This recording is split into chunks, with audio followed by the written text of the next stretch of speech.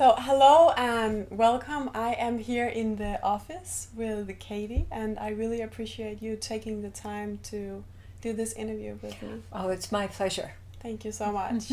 And the reason why I have decided to interview Katie is that to me she's one of the masters in the world when it comes to embodiment and creativity.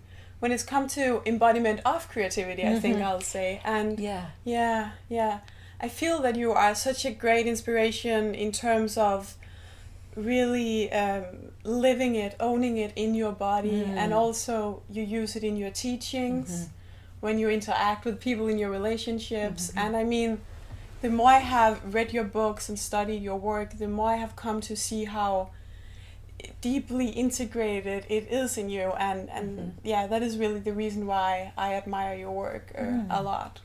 Thank you. Well, I think at the heart of it is some simple but powerful practices, and they actually are practices. So Yeah. if I give my attention to them and I let myself engage in them day by day, it's just like building any muscle. I get better at it, and the big reward is that I get to feel more and more alive Yes. every day and enjoy being alive. So I don't have to get anything or do anything or buy anything in order to have that wonderful feeling of aliveness. And So I you- want everybody to have that. Yeah, that's very powerful. So you become the source of their aliveness. Yes. And yes, Yeah, I become Yeah. my own renewable fuel source, yes, where I'm taking in and enjoying, but then I'm also giving the overflow and the ripples of my own aliveness, making that available for others. So it's not a sacrifice, it's more of my reservoir is filled and there's plenty to Yes. share. And that's what you give off when you teach and counsel. And yes. Just for the people who doesn't know, can you tell a little bit about yourself and what got you interested in creativity? Well, I actually many years ago didn't think I was creative. When I first got together with my husband, Gay Hendricks, I thought he was the creative one and I would be the helper. And if I could just help enough and provide enough support, that would provide value for me. And what I discovered was that I really had my own longing to discover my own creativity. And as I started giving attention to that, it really came down to what is it that I most love to do, that I've always loved to do since I was a child. And my mother's first entry in my baby book that I Yeah. didn't find until I was an adult was Kathy loves to pull herself up in her crib and dance. Oh. So like before I was one, I was already moving. Trying and to playing with. And so movement has been a great doorway to creativity for me. Yes. And I think for some people it would be singing, for other people maybe doodling or writing. For some people it could really just be playing with new kinds of recipes in their heads, or looking at what someone else is doing and seeing how could I put this together in a different way. So it really comes down to creativity is easy. Creativity gives you energy, gives you increased energy, and creativity is a way that you can encounter not just creating something new, but you can create your way into new solutions. Yes. Instead of working on things, you can open up to, how could I create something brand new with this? Yes. And making the process enjoyable is what Yes. I'm hearing you say. Yes. And So I don't have yes. to wait till I get there to be happier or to Yes. feel that I'm more creative. I can get more creative along the way Yes. so that I'm having a good time with transformation rather than knuckling down and it's got to be really painful. I think that's just complete nonsense that Wow. that we don't have to grow with pain. And in fact, Yes. real change only happens when you're having a good time. Yes. And one of the best ways to have a good time is with creativity. I was just thinking that happens one choice at a time. So it's not like I need to become a creator.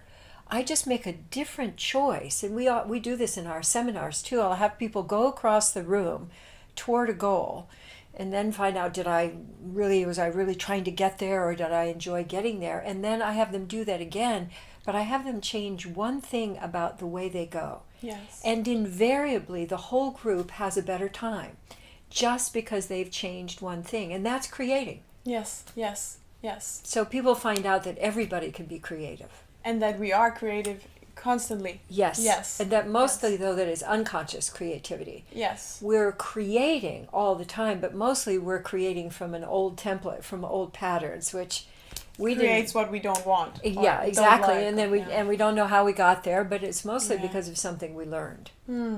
Yes. Yes. So creativity to you, how would you describe that? I remember I once heard you talk about one faucet. And that we have creativity and sexuality coming out of all of that. Yeah, that's a great, I appreciate you mentioning that. What we found is that all of our feelings and our life energy come out of the same faucet. Yes. So our choice is either to feel or to not feel. So it's not that I think I'll feel my joy and my sexuality, but I'm not going to feel angry. Yes. It doesn't work that way. It's really an on or off faucet. And so the more that you open up to your feelings, all of your feelings, the more life energy you experience and the more creativity you produce. They really all, it's an uprising energy in your body. So it requires that we're willing to open to the body, is what I'm hearing you say. Yes. Yeah. Without the body, we can have creative ideas, but there's no juice. It's as if you created a whole car with no engine. Yes. I'm happy that you're saying that, because that's something I'm extremely passionate about, finding that balance of grounding the visionary creative ideas so we don't end up living without actually building it. Yes, and I know so many people, and some very, very well-known people who are visionaries, and they have these incredible visions about the future, but there's no way to get there. Yes. There's no sense of, and often we see this in political years too, that there are these great visions, but there's now, how are we going to actually get from where we are to there? Yeah. And what we've done, we've created all kinds of different maps for not only accessing your creativity, but also how to get from here to there. And the first and most important step in that is to make a commitment. Yes. Is that you get your whole self in, I'm willing to really access my whole creativity. I commit to finding and expressing my full creativity. Yes.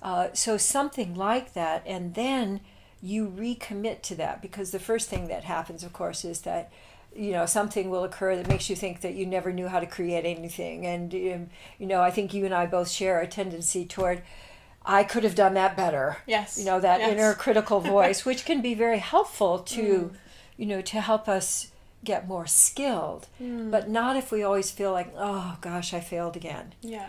So if we we're like knocking ourselves down. Knocking yourself down, and then you have to get back up again. But the only thing you have to look forward to is more criticism. So I really love to simply recommit and take an action toward what I really want. And you'd be surprised how hard that is for people. They really want to complain. They really want to say, I can't do that very well, rather than stepping into the unknown. So I think that's the real challenge. That's a really good point. I noticed that for myself. I dance a lot, and when I make mistakes, I could spend like 5 minutes obsessing about it, where my teachers will be like, just do it again. Just do it again. I'm like, what? What? But that's... Exactly. Yeah. So, it's just, that's such a great, and also it's kind of no big deal. Just do it again. Yeah. That is in fact the way that we learn. Yes. We try something out, we look at the result, then we make a calibration, and then we try it again. Yes. And then I think eventually you're not trying it again. You get that one, like, okay, got that one. Okay, now what? Exactly. And then I add a new skill to that, and then that makes an even more beautiful and more realized kind of self-organizing organism. And then you keep evolving. It's not that you get to a place and then, yeah, no. like you're a statue for the rest of your life. You keep evolving. Yeah, keep growing and shaping and transforming all of that. Yeah. Yeah. Very cool. Very cool. I have really loved practicing your fear melters. Yes.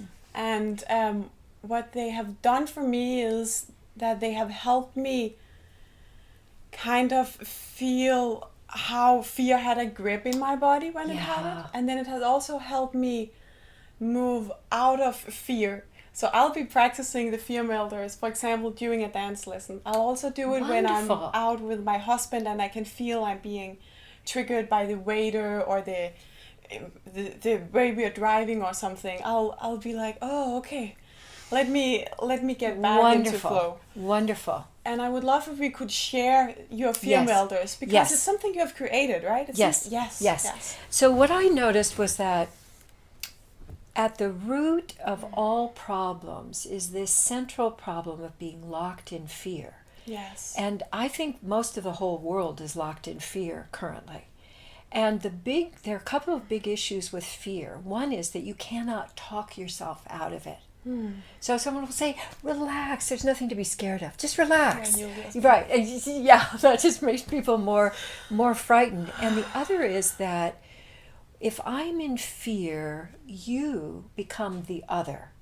So our wiring is that if I'm in fear, you're the enemy. Yes. And it completely bypasses any logical or cognitive way of counteracting that. You become the enemy, and therefore anything I do, including killing you, is justified because you're the enemy. Yes. And it accesses our reptilian brain and completely bypasses our problem-solving brain. And gets us into do a lot of crazy stuff, or a lot of crazy stuff. I mean, just look around. Yes. So what I did was to devise 4 easy movements, because signals from your body get to your brain 4 to 10 times faster than your cognitive thoughts. So your body movements can get your brains reconnected again before your thinking can catch up. Yes. So they're very quick, and they get you back into resourcefulness. So it's not a panacea. It's like, oh, okay, I'm here now, I'm present again, and I can respond rather than reacting. Yes. So I wanted to also let viewers know that there are 2 places where you can see fear melters. So one is if you go to YouTube and you type in fear melters, up will come a 6-minute animation that's called Fear Melters, which describes the whole problem of fear and describes the fear melters. And if you go to our website, which is hendricks.com, HENDRICKS.com, and you go to the relationship banner, at the bottom of that page there's a paragraph about our new book, Conscious Loving Ever After, and you click on that and it will take you to a page with 5 videos, and one of them is on fear melters. So you get to see me teaching the fear melters, and then you get to see a couple using them. Very cool. In an interaction. Yes. So rather than, I could show them to you, but I think it would be easier for people, given that we want to have a short conversation right now, you can really look at those, over several times to make those moves. It's basically getting your body moving, because when we're in fear, we stop moving and we stop breathing. Yes. Yeah. And so just to get those going again, we get back in flow again and feel resourceful, feel connected, and then we can actually interact together, collaborate together, rather than being isolated and on our own. And keeping the same fight going, and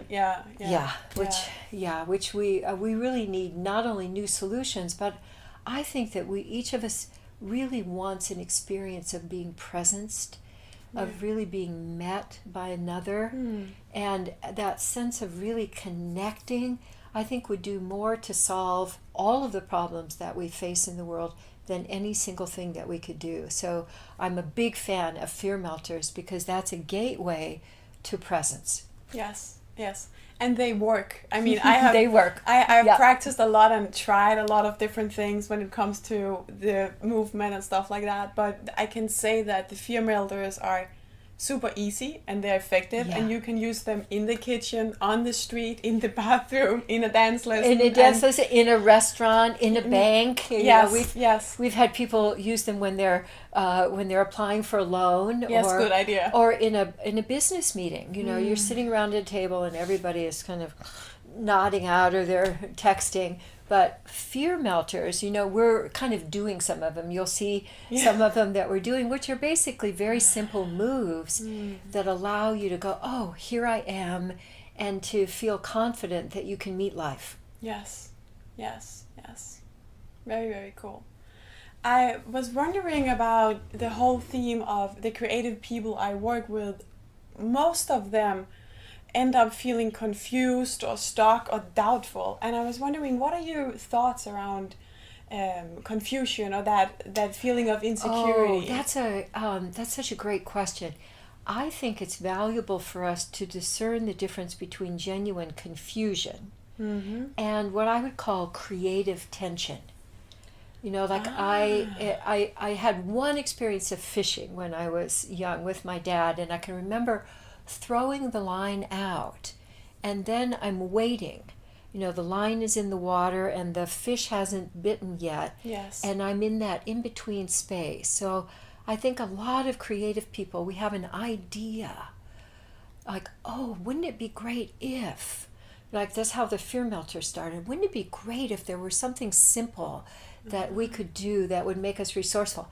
And then I was in creative tension for actually several months. Yes. Where I try that, no, that's not quite it. No, that one works, but it needs something a little bit more. And that kind of juicy creative tension is a way that we move from here to there. Yes. And it's different than confusion is an expression of fear. It's really the faint expression of fear where I kind of get confused, stupid feeling for a moment. Yes, cannot see clearly. Can't see clearly, feel foggy. Yeah. That's more connected to fear.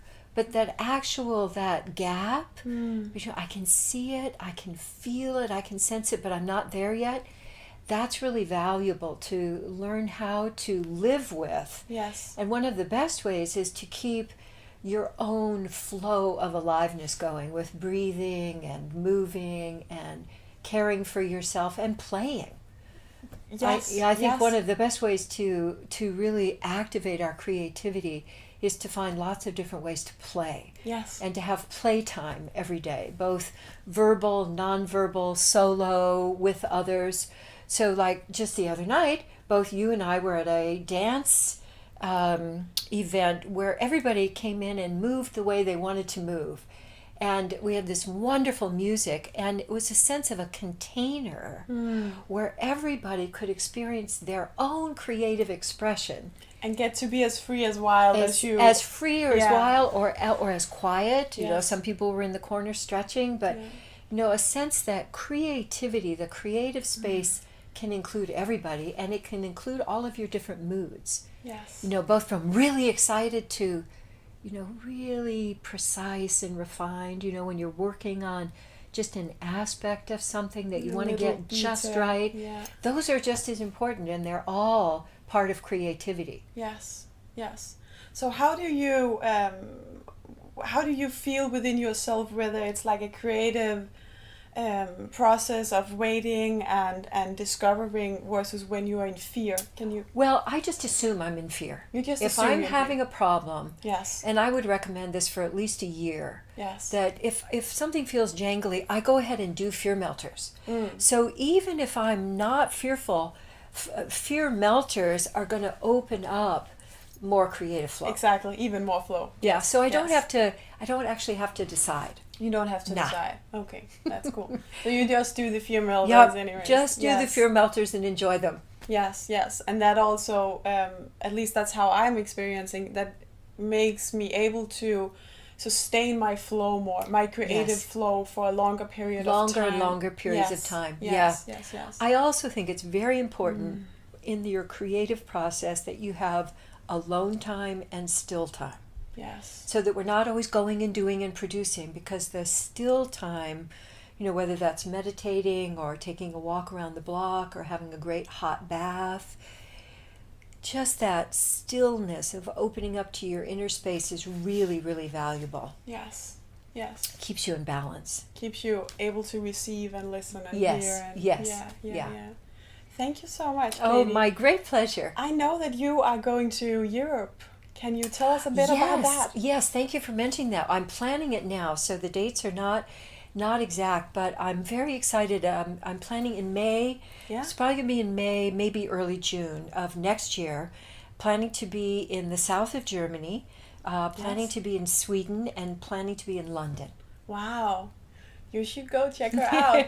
So, and you'll be able to find out about that on our website. We'll and on Facebook. Very cool. So if the viewers, if they go and sign up for your newsletter, they will be able to... Yes, they'll get all of that information. Awesome. Yeah. Awesome.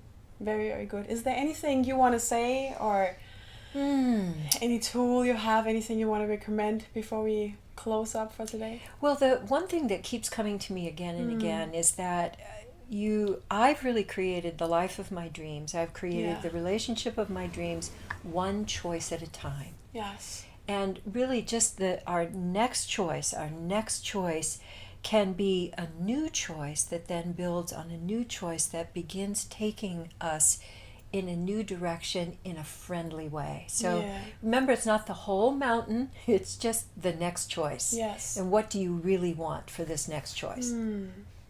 That's super powerful. Like I think it's important, like for many of us, and I can see that, that tendency in myself as well, to like want to stretch it and jump it and, get through and do it. it all right now. Yes, and get it all perfect in one take. Yeah. And as you're saying, it doesn't happen that way. It really does happen with, and being creative in the next move or the next step. Yes. And that's how we fuel more and more of that creative juice that most of us like so much. And if you are a creative person or an artist, that's what you need to fuel through you. So yes. Yeah. Thank you so much. My pleasure. I really appreciate it. My pleasure. Thank you. Thank you.